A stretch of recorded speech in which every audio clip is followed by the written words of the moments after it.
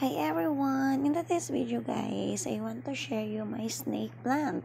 Si snake plant pala is maganda rin siyang indoor or ilalagay sa loob ng bahay. So first, tanggalin ko lang siya guys since yung potting mix niya is more rice hull. So madali lang naman siyang tanggalin. Ito is gagawin nating house plants bilang paghahanda sa 2024 Lucky Plants na ilalagay ko sa loob ng bahay. So tingnan nyo guys, ang healthy na mga roots nila. Ayan. Mas maganda din sana guys yung isang klase ng snake plant, yung may variegated. Kaya lang wala na ako nun eh. Meron ako pero nasira kasi ng dogs ko. Kaya hindi pa siya masyadong malago. So yan. Tanggalin lang natin. Ayan. At tingnan nyo guys, sa mga plantita na beginners dyan, so mas okay gamitin yung potting mix na more in rice hull. Number 1, ang dali niya talagang tanggalin if ever magripa tayo.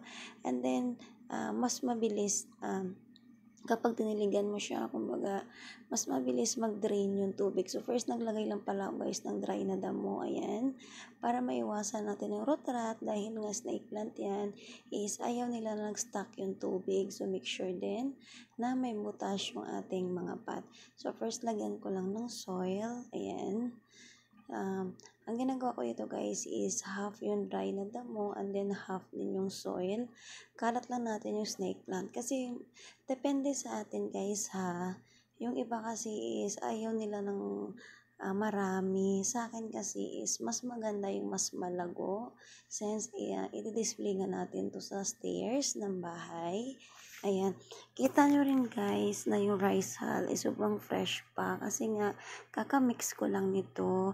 Ako pala guys yung nagmi-mix ng aking potting mix to sure na wala talagang langgam or walang mga insekto na nakahalo. Ayan. So lagyan lang natin. Isiksik natin pala guys kasi kapag nagdidilig tayo, bumababa yung soil. Mostly rice hull yan. Kapag nilagyan natin ng tubig, magbababa talaga yung soil niya. So, lagyan na natin ng kaunting bato sa gilid para nga hindi sila magdikit-dikit. And then, make sure din natin guys na yung pagdidilig natin dito ay dry na kasi ayaw ni snake plant ng maraming tubig. Kapag na-overwatering siya, ang mangyayari is magbabrown hanggang sa mabubulok na yung kanyang leaves. Ito yung pangalawang pot. Napili ko palang pot guys is medyo maliit pero mataas siya para hindi siya basta-basta madadambahan ng aking mga dogs. So, ganun yung ginawa ko. Pero nasa inyo naman guys, pwede kayo bumili ng mas malaking pot. Kung anong pot yung prepared at yung gusto nyo. Sa may dog ako sa bahay, kaya gusto ko talaga is matatangkad or matataas yung kanyang pot para nga hindi nila matumba. So, ito din. Marami din guys. I think sa isang pot, 5 snake plant yung nilalagay ko para mas maganda tingnan, mas malago, mas maganda tingnan. As usual, ganun ulit ang gagawin natin guys. Lagyan natin ulit ng soil.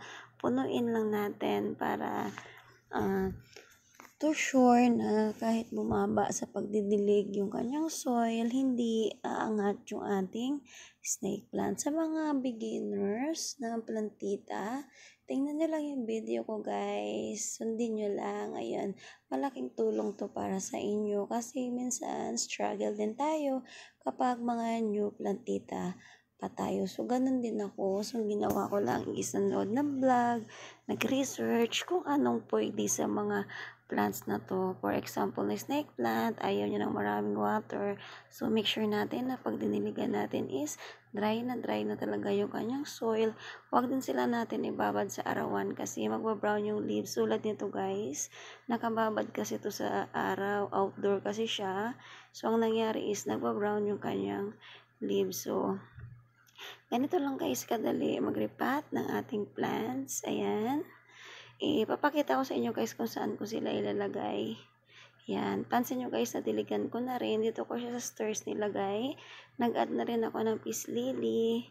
Ayan. Tapos, snake plant. Ayan sila. Thank you for watching everyone. Bye!